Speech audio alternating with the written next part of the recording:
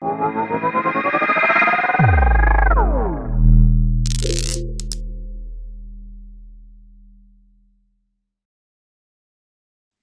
popular backlash against incumbent systems, as we see around the world today, what do DeFi and CeFi offer as viable alternatives to the traditional financial market? Alex, maybe we'll start with you there.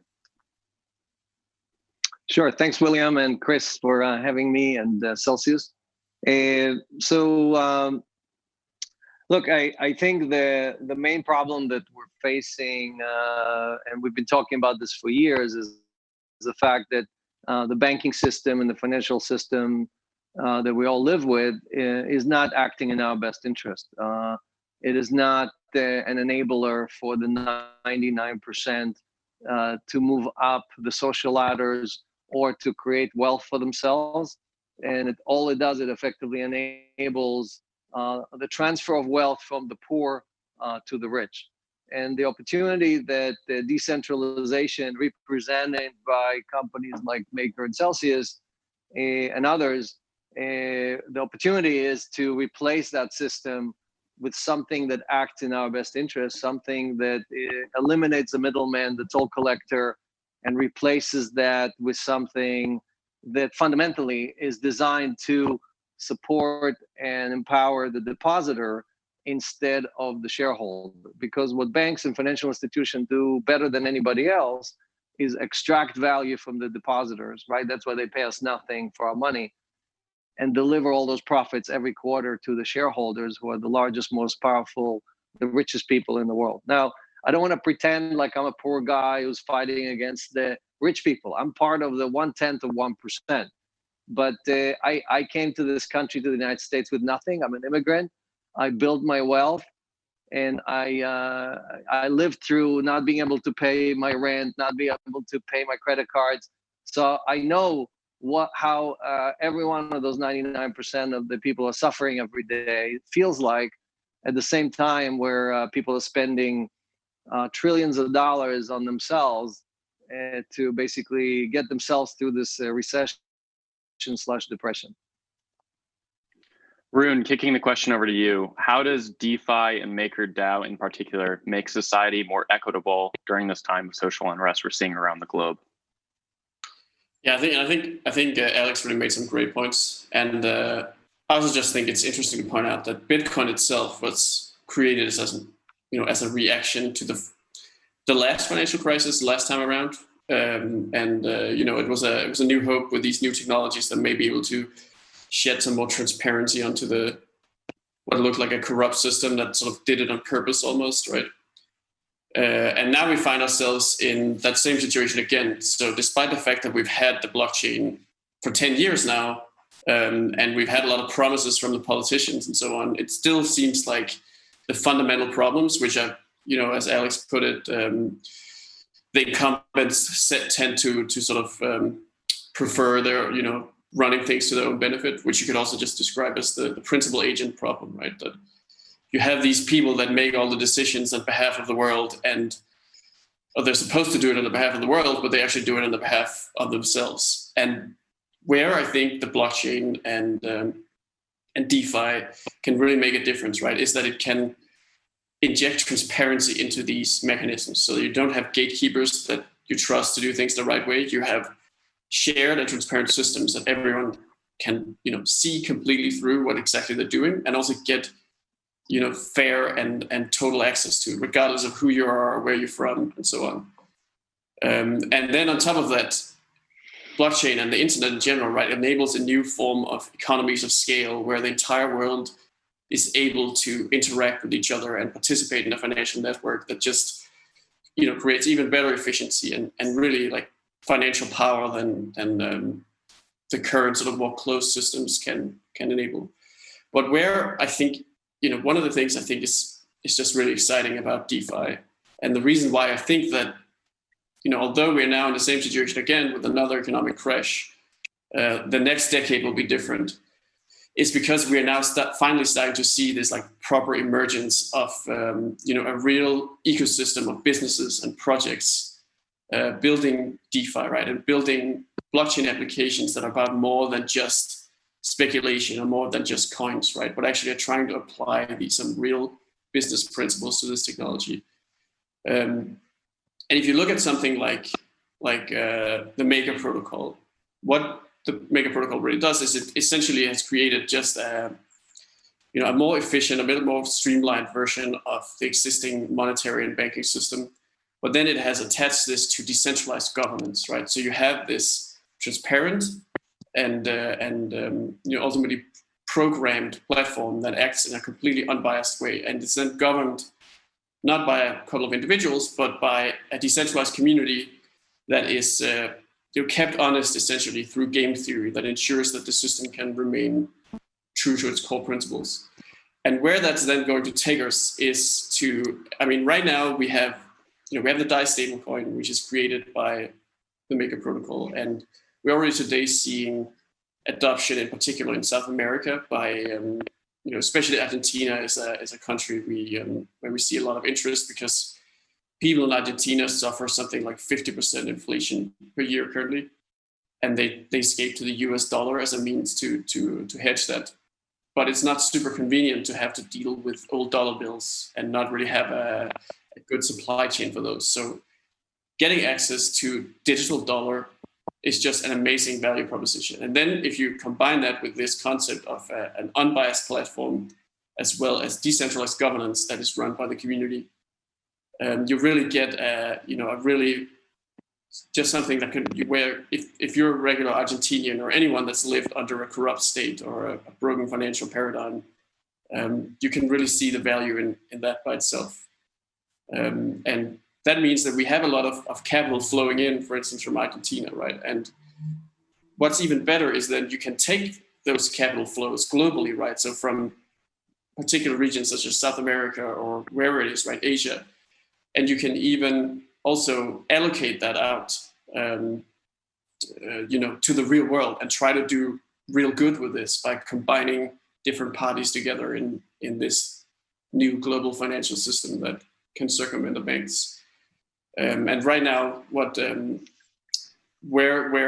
Maker protocol is really going with this is that the decentralized governance right now is actually looking at onboarding the first ever real world collateral to the system that would see things like this capital going to finance things like trade finance for small businesses, right? So small businesses actually get access to better rates for financing and an ability to just compete better in the marketplace against the incumbent giants. And it's just the first step, but I think that there's just so much innovation just over the horizon where all of this will just continue to grow exponentially. Well, before we kind of get into the meat and specifics of different aspects of both Celsius and Maker that have happened over this last few months, I want to reflect back on the point that this is a friendly discussion. And so I want to also dig into the spectrum and definition of CeFi versus DeFi. And perhaps, Alex, we can turn to you for that. What is the value proposition of CeFi? Can you define it for us on the financial scale we see today? And perhaps maybe a few digs at DeFi and where CeFi is a better or more robust tech stack. So that's a great question, because these titles were given to our community by reporters and by other people who kind of defined what this is, but really it's up to the community to define what these technologies are. And my focus is on who is acting in the best interest of the community, who is acting in the best interest of the user, right? And Celsius is not a neutral platform like Compound, Maker. Most of the other platforms basically claim that they're neutral, meaning they don't represent the borrower, they don't represent the lender, and they make it fair for everybody to participate. Celsius clearly states every day that we only represent the depositor. Our job, we have 125,000 depositors, and our job every day is to represent their best interest and extract as much as possible out of the borrowers. Our borrowers are all institutions and hedge funds, so we do the opposite of what banks do, right? We take, instead of the banks taking the money from the small guy, making a lot of profit on it and giving their profits to the shareholders, we do the opposite. We take money from these institutions, they pay us interest, and we distribute it pro rata to depositors. Celsius is is called CeFi, but Celsius is using the same smart contract, multi-party computation, all the technology that you will find in a DeFi project, you will find in Celsius. So when you compare the two, the question is really who is acting more in your best interest. And I can tell you that Celsius has paid more Bitcoin, more interest than anyone else on the planet. There isn't another company that can come and say, and Celsius publishes its numbers every week. So there isn't any other company on the planet, even companies that started before Celsius, that can say, I paid more interest, more Bitcoin, more Ethereum, more dollars to my community than Celsius. So if we define this by who is acting in the best interest of the crypto holders, Celsius ranks very, very high. And if you define it by technology and by stacks and things like that, Celsius, again, represents the depositor where all the other protocols are effectively neutral protocols. Now, it doesn't mean that they're bad. I love the DeFi project. I love Maker. I love Compound. I think these are amazing things. But really, there isn't, when you see Maker, for example, pegging themselves to USDC, or you see Compound pegging themselves to USDT to create stability on their platform, that is a form of centralization. So you can they're no longer pure DeFi. They have an anchor in the centralized world, like we all do. And because of that, I think we're all CeFi, and none of us are any longer pure DeFi. And pure DeFi is not necessarily a good thing, because if you're pure DeFi, most people on the planet, 7.5 billion people on the planet, cannot participate in DeFi. It's too hard for them. It's too difficult for them to understand the technology, know how to manage keys, understand what smart contracts, how smart contracts behave, or read them, understand the rules and conditions, liquidations, margin calls, and so on. So I think you are seeing this migration towards the middle. Yes, it's coming from both sides, but all these platforms are competing with bringing all the money from the banks and from the financial institutions onto the blockchain. Yeah, Rune, I want to give you a chance to respond to that. How would you define DeFi itself versus CeFi? And is Maker making strides towards the middle? And is that a good thing? I know it's more of a community decision than for yourself, but how do you see Maker right now within the DeFi tech stack? Yeah, I mean, I think first of all, I agree with Alex's assessment, right? That you always have, everything always has some sort of anchor to centralization, you could say. And sort of the concept of pure decentralization, or even the purest vision or something, is just totally impossible to do, right? Because even if you look at, let's say, Bitcoin or Ethereum, right, their fundamental value actually derives from centralized exchanges and even Tether itself, right? And that dynamic of ultimately the value at some point comes from the real world is never going to go away, right? You can't have an economy that's just 100% virtual with zero connection to the real world. But I think in many ways, when you're thinking about decentralization, also is just about, thinking about risk management and sort of how you deal with the different types of risks that exist. And that's where something like the Maker protocol has taken this approach that, not only, does it depend a lot on decentralized collateral such as ETH, and tries to manage the risk of, again, the ETH's reliance on centralized exchanges. And it does also depend, it also uses collateral assets like WBTC, which is custody, and USDC and other stablecoins. But all of this is diversified, right? So there's not really a single point of failure in the sense that you don't put a lot of eggs in one basket. And that's kind of, to some extent, I think one of the core principles in order to keep users truly safe and for the long run. But perhaps something that's even more important, right, is that the protocol itself, so the code itself, the program that runs all of this and sort of governs who has the access and is it available or not, right? That is something that is fully autonomous, right? It's controlled by the decentralized governance of the system. And ultimately that decentralized governance itself even has limits to what it is, what it's able to do, and what you can do in a situation where let's say there's like a big whale in governance or something like that, right? Because in the end, these are just open source tools. And the thing about open source tools is that they're just always available. You can never like make open source software go away, right? So if you have a system that simply cannot be shut down and will always be able to, absorb any loss or, like continue functioning despite what gets thrown at it, I think that's for instance what is appealing to people in Argentina, right? When they think about how they've trusted various authorities in the past, and it doesn't really always work so well for them. Well, kind of looking at both your guys' answers, I want to get into the larger tech stacks themselves. So with DeFi, we like to talk about money Legos. I can go throw some Ether onto Maker, mine some DAI with it, and then move on to another exchange, get some interest back on that, or lend it or whatnot. But on the other hand, we have a CeFi tech stack, which is just various companies doing various things that you can move your cryptocurrencies around with. Alex, in your opinion, what has a brighter future, and why would a CeFi tech stack be more robust? Well, again, I don't think it's a question of robustness. I think it's a question of delivering value.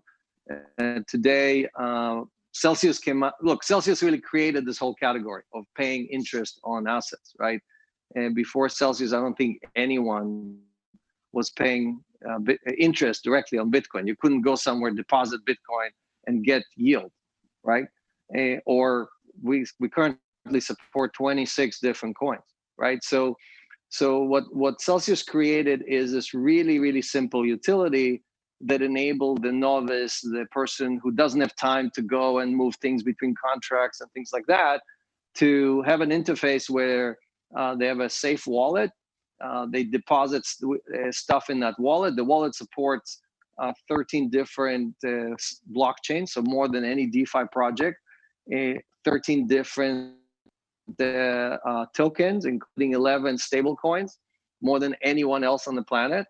So this diversity allows you to choose the asset class you want, right? So again, this is not a competition between DeFi and CeFi. The competition, like Rune said, is over, are you building bridges to the centralized world where you're going to bring in more and more fiat? You're going to convince more people from Turkey and Argentina and the United States and all these, Venezuela and all these countries where problems are brewing. Are you going to enable them to bring the value, transfer the value to non-correlated assets? And Celsius enables you to go into 3 different buckets.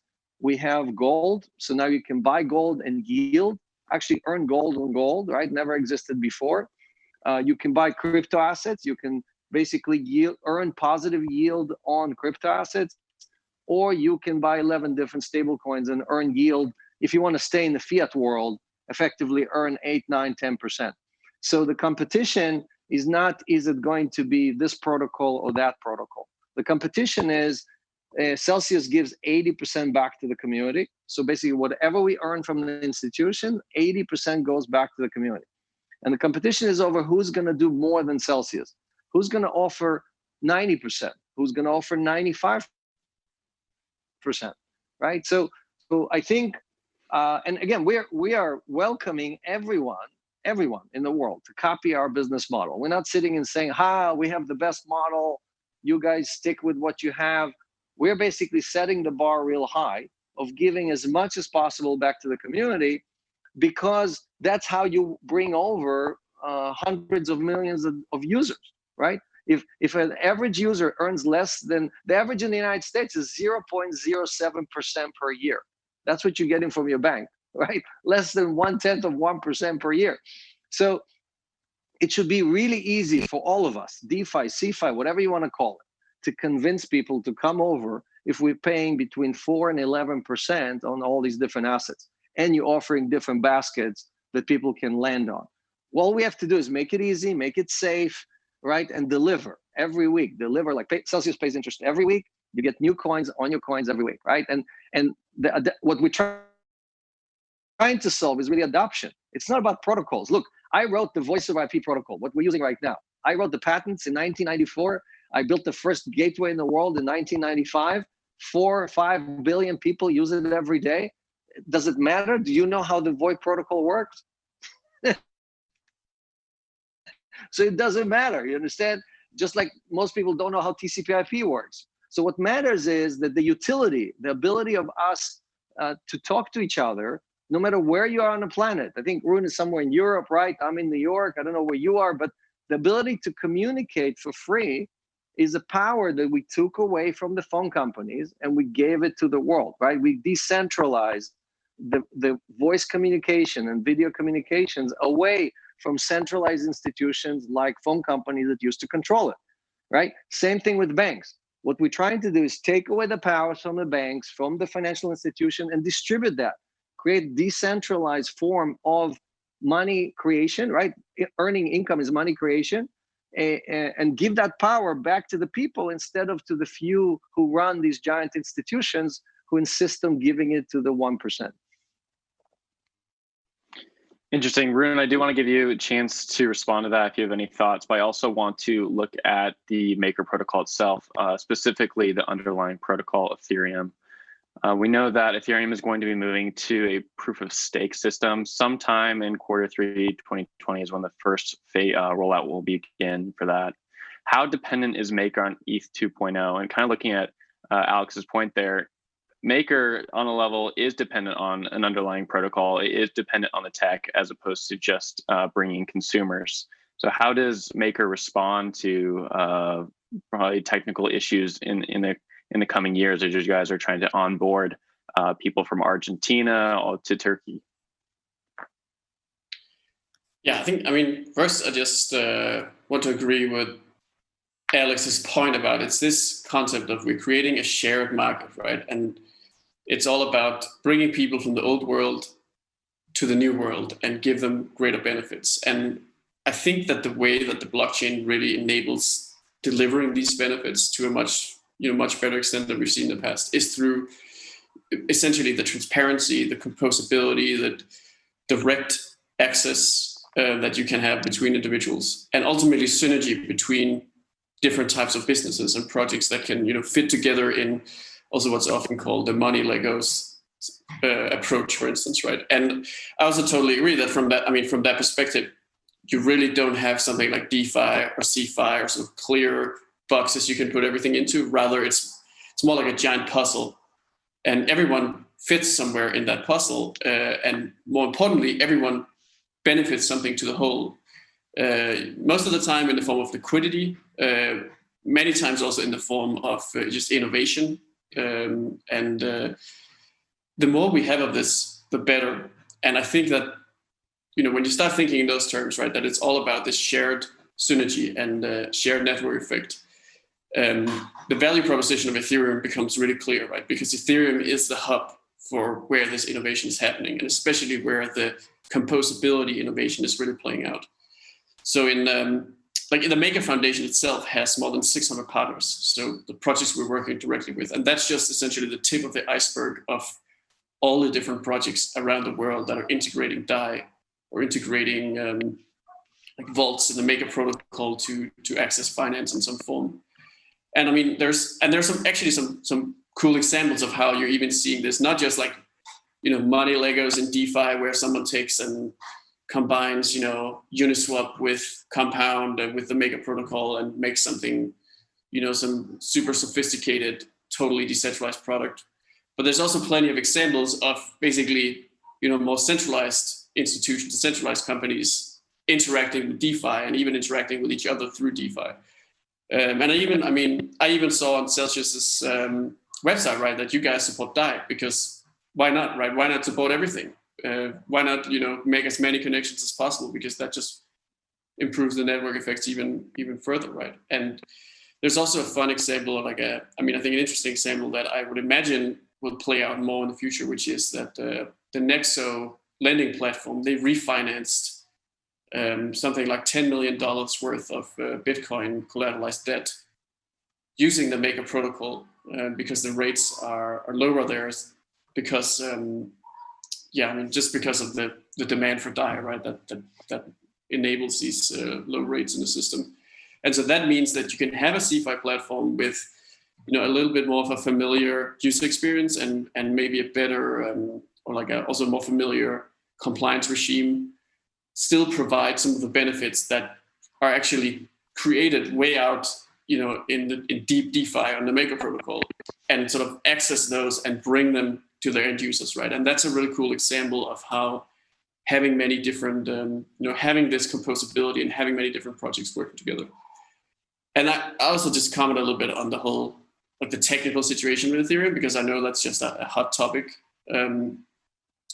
Especially scalability and the so-called Ethereum killers and so on. And I mean, so first of all, the Maker protocol and to some extent, most or all dApps can be extended to become blockchain agnostic, right? So you see actually already quite a bit, quite a few examples of a dApp that started on Ethereum and then starts actually existing on multiple blockchains. Yet still maintaining shared liquidity across those blockchains through cross-chain communication, which is basically just like a new frontier of technology in the blockchain space. And Maker especially is really designed from the core to be able to, not be anchored to a single blockchain and really be able to exist on all blockchains simultaneously without that having any sort of impact on the system, so that you can get different benefits for different users and different trade-offs and so on, right? But at the same time, I mean, my experience has increasingly been, why would you really, what is there really to get elsewhere? Because again, the ecosystem on Ethereum is just so incredibly powerful when it comes to innovation. And just the other day, I mean, this new project called Loopring launched. And so what that is, it's like, it's basically using very advanced blockchain technology, stacks and those kind of complicated things that ultimately you don't really have to know how it works under the hood, but what it means for the user in practice is that you can send free transactions instantly, zero fees, but without giving up decentralization. So you still have full control of your funds yourself. And to sort of give an example of how that plays into the composability is that once we in the Maker Foundation learned a little bit more about this project, we immediately put it in touch with some of our partners in South America who had actually been looking for a solution like this. And now they're building a wallet for South Americans and in particular Argentinians, where they can again hold decentralized dollars that can't be confiscated by the state and now send them for free anywhere, right? Instantly. And that's just an example of money Legos in practice, right? How you can take different types of companies, some focus on the end user, others focus on the technology stack. You can compose them together because of the total, permissionless and interoperability of blockchain. And you can just very rapidly create products that really actually make a real difference for people in the real world, especially those that have been left out of the current financial system. Alex, I want to turn back to you and give a little pushback on your earlier comments. Just noting that the future of Celsius and other DeFi, CeFi products is onboarding more users, which we can expect as more people come into the market, that yields are going to decrease over the long term. Pairing that knowledge with the fact that crypto in itself is hard to get people into, it's difficult for people to use private keys, it's difficult for people to understand the concept in itself. How does Celsius move into the next decade? How does it bring people on if yields decrease and crypto itself is difficult for people to understand or want to put their money into? Why don't people just stay on a Charles Schwab or something like that? Right. So first, I agree with the assumption that, Celsius just announced that we crossed $1 billion in deposits.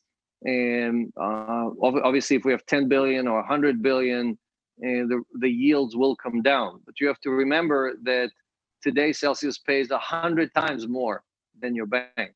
And actually, I worked with Wall Street for 30 years, and a lot of Wall Street guys that I know call me and say, Alex, if you were 5-6 times better than the banks, I would believe you. But you're 100 times better than the banks. That must be a Ponzi scheme, right? So the rate is not determined by Celsius. The rate is not determined by Maker, right? The rate is determined by the supply and demand and by the use of the capital. And what you're seeing, especially with USDT and with some of the DAI, I mean, like Rune said, we support DAI. We have a lot of customers that love to use DAI every day. So We are not in competition over the form of value. The competition is over the use of the funds, the velocity of the money, and the yield that you can generate. So because the velocity of money on the blockchain is several times greater, like you can actually, you know, the Fed publishes the velocity of the dollar, and the velocity of the dollar has been decreasing since the 1980s, consistently decreasing, meaning dollars have been actually having more and more friction compared to how they were used before. The velocity of money, if you look at the USDT, for example, USDT has $9 billion of tokenization, right? 10 times more than all the other guys put together. And it has higher trading volume every day. If you check CMC, every day it trades more than Bitcoin. And Bitcoin has obviously 15 times the market cap.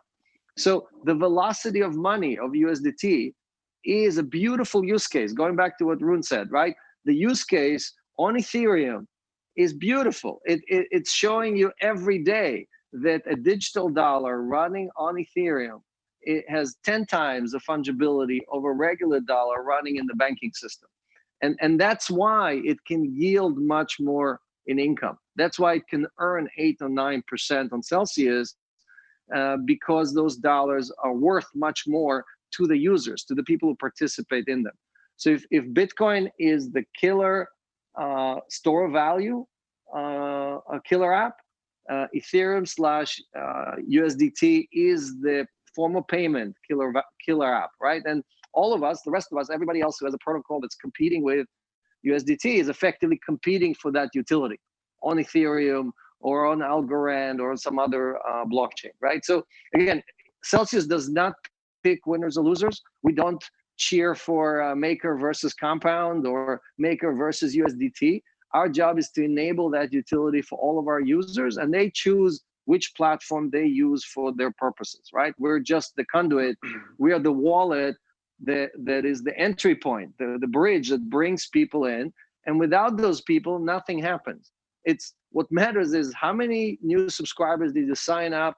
How many did they move from the real world to the blockchain? Because that's what's going to drive adoption. That's what's going to drive the price of Bitcoin, Ethereum, which supports the whole economy that we're talking about. Interesting. So for Rune, turning to you, when you use the MakerDAO system, you put Ether into a smart contract, and then you get DAI back, and you of course have to maintain that with the level so that if Ethereum's price drops, as we saw on March 12th, then you need to like maintain the funds in itself so then you don't lose your deposits. Where does Ethereum or where does Maker go in the future as everyone's competing for places to put Ether? Why would I put my Ether into Maker? And like, why would I do that if the yields are just dropping over the long term? Well, so I think that, I mean, so first of all, it's actually good if you're borrowing that the yields, you know, that the rates are going down, right? But of course, there's lots of places where you can borrow at low rates nowadays. And some people, I mean, right now, Maker offers 0% if you're borrowing with ETH. And that's because of the DAI is quite popular in these times, right? People really want to hold on to a stable coin rather than, yeah, other forms of crypto, at least compared to how it used to be just, you know, half a year ago or so when the rates were much higher across the whole space. But I think also something that people often bring up is what about when there's ETH 2.0 and there's staking with ETH? You know, why would I borrow DAI against my ETH if I can instead stake with it? And I think that's another place where you can sort of you can showcase just like how powerful the composability and the programmability of the blockchain is, because you can actually enable something like, you know, putting ETH that is actively staking into a DeFi protocol like Maker and then borrow against that. Because these things, it's just always about programming it so that basically it follows the token format and then plugging it into the system. And then finally doing proper risk assessment, right? Which is where the decentralized governance of the Maker protocol has to then figure out the additional risk of a token being actively staked versus a token just being free and without staking. Okay, well, I want to turn to March 12th, which I think was a big moment for both platforms. On Celsius, there was a lot of margin calls, and Celsius successfully dealt with those. And I think from my reporting on CoinDesk, we saw that there was no liquidations. Alex, feel free to correct me on that. But on Maker, conversely, we had a protocol debt wherein a lot of people had their deposits liquidated, and then there was a protocol issue that was revealed, essentially necessitating Maker to have a bailout, which ended up just being the printing of MKR tokens, which of course is in the white paper, but it does reveal some questions about how we can use a blockchain to execute these transactions, and maybe a flaw within DeFi itself. So I guess, Varun, we should probably turn to you first for that. How does Maker work over the next few years, or maybe over the next 6 months to 12 months, to combat issues that were revealed on that March 12th flash crash? Yeah, so what you can really say, I mean, so of course, it was just a really terrible situation really for everyone in the entire crypto space, right? And I mean, we've been through crashes like that in the past in crypto, but I actually think this is one of the more, what do you call it? Like at least very rapid, like a really, really quick crash that was, it was quite extreme and really like pushed the Maker protocol and a lot of other DeFi protocols and even the Ethereum blockchain to absolute limits. And when it comes to the auction failure that happened in Maker, where some of the auctions actually ended up like not just liquidating at low prices, but actually getting exploited by the ecosystem itself. The problem was really that the Maker protocol itself really worked exactly as intended, and in many ways you could say it's a great test to see like an autonomous DeFi protocol being pushed under absolute maximum stress, and the protocol itself actually functioned exactly as intended. But unfortunately, there's this assumption in the protocol that there's this surrounding ecosystem of motivated actors that interact with things like the auctions is supposed to have a certain level of maturity, and it simply did not have that level of maturity at that point in time. So you can attribute that to basically the fact that the multi-collateral DAI, so the new version of the system that had these new options, had only been live for about 4 to 5 months when this event happened. But the thing about the March 12th crash that I think, that from my perspective actually makes it ultimately, I wouldn't say a good thing, but definitely like an anti-fragile moment, and kind of like the saying, what doesn't kill you makes you stronger, right? Is that it really jolted a new sense of purpose and really like activity into Maker governance. So ever since the March 12th crash, we've just never seen as much participation, as much like discussion, and as much ownership essentially by the Maker community in terms of how the community reacted to the crash immediately, and then also, since then on have proactively been sort of looking way more out for for what kind of risks are we going to be facing in the future. So one example is that the community immediately moved to modify the auction parameters of the system so that it basically assumed a much less active keeper ecosystem, right? A less mature keeper ecosystem that would then be able to survive even extreme market movements. And soon after, the community then started onboarding its first centralized stablecoin, because that alleviated the liquidity issue that was also part of the the problem on the crash itself, because the Maker protocol is, it's a system designed to having multiple collateral types. And that unfortunately means that at the time when the crash happened, there was only one collateral type. And then that causes some issues with liquidity, because you don't have an ability to generate the DAI token without, exposing yourself to the extreme market movement. And that's where having diversified collateral is just so crucial to the system. And that process then, was sped up heavily after, following that event by the community. And since then, it's only been continuing, and there's been a lot of new collateral types added. And at the same time, the foundation has then started its sort of the final project of the Maker Foundation itself, which is what we call self-sustaining MakerDAO. So really like putting everything in place in the ecosystem and in the DAO and in the Maker governance community so that the foundation can entirely dissolve itself. Because that's always been the plan, that MakerDAO is supposed to only be run by the DAO, and there's actually no need for a foundation or a centralized entity to kind of like, bootstrap it beyond that initial phase until all these critical elements are in place.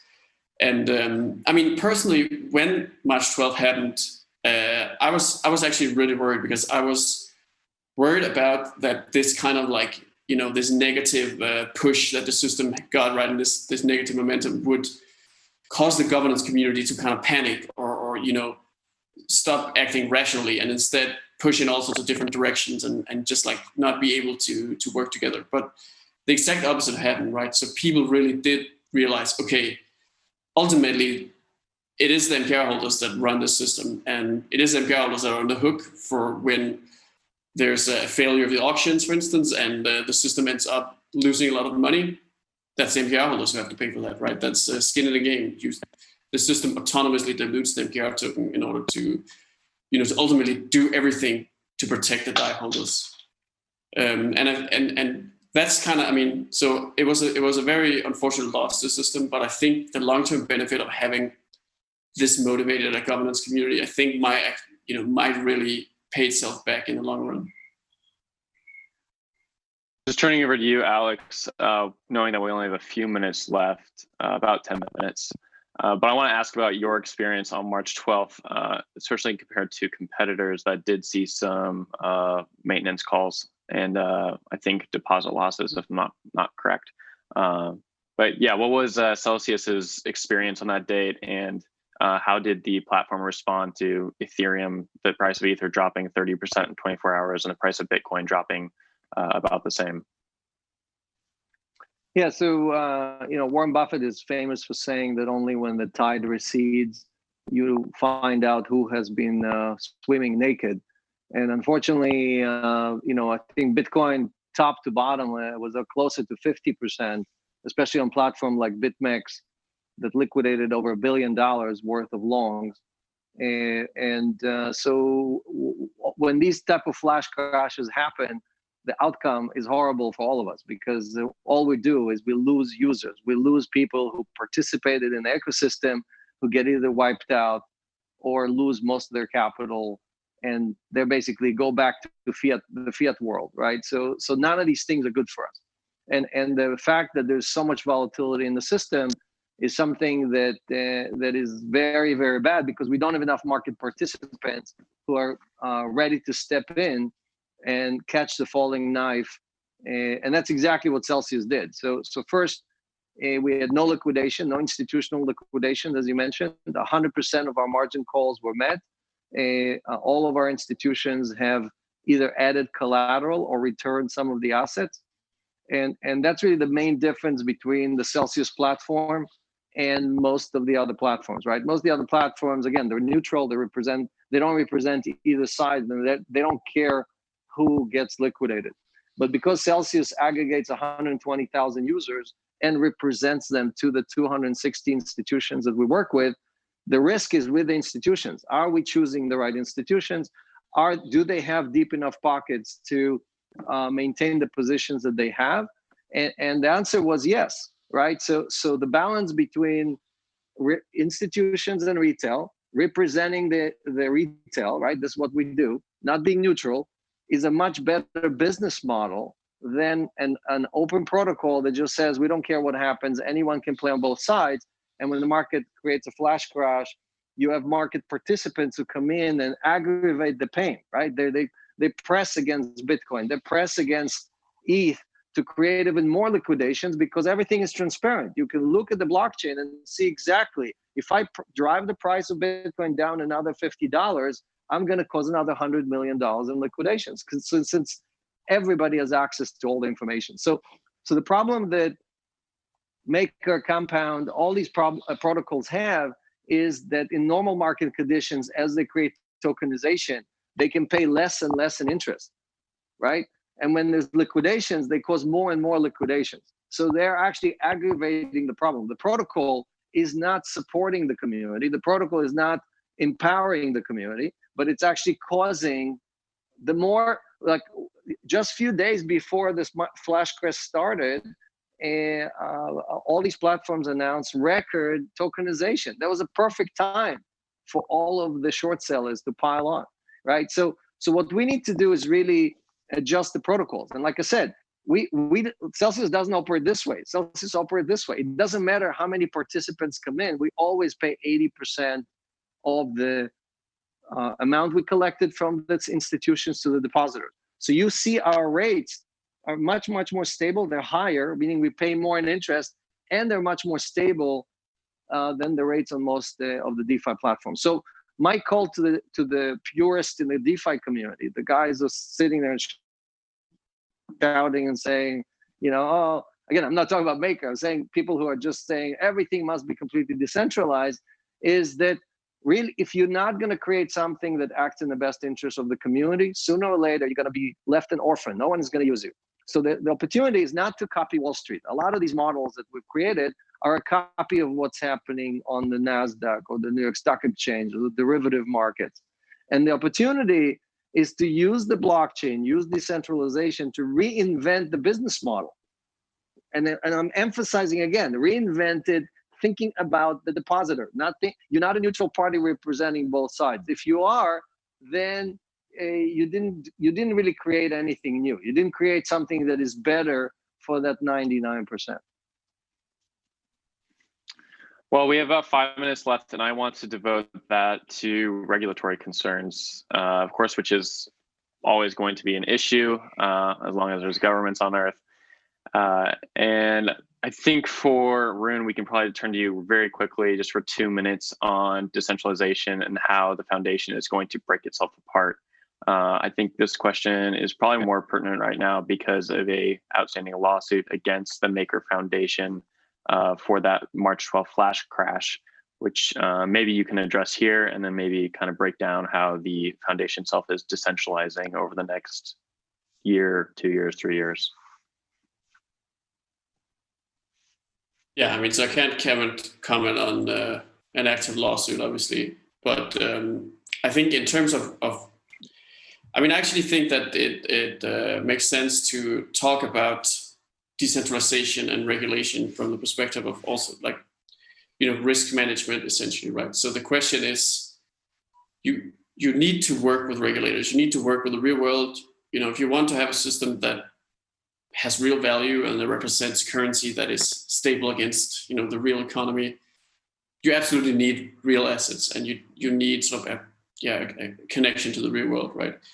And that does mean you have to be able to interact with regulators. You have to be able to operate in fact, not just regulators, but like different types of regulation, right, in many different countries. And I mean, ultimately, from the perspective of a DeFi platform like Maker, what you can really just see that as is just, it's essentially a question of risk management, right? So once again, it comes back to this concept of not putting all your eggs in one basket, right? So it's very important that a DeFi platform that starts to interact with, let's say, maybe it's using bonds as collateral, or maybe trade finance assets like invoices or commodities, gold, tokenized gold, or could be anything really, right? And that's the power of the blockchain. But it's very important that the governance behind a platform makes sure that it doesn't put all of its reliance on a single country or regulator, right? So you shouldn't have 100% of your exposure to the US, for instance, so that you could actually have US regulators say, let's shut you down. Because then you do get to the point where essentially it becomes centralized, right?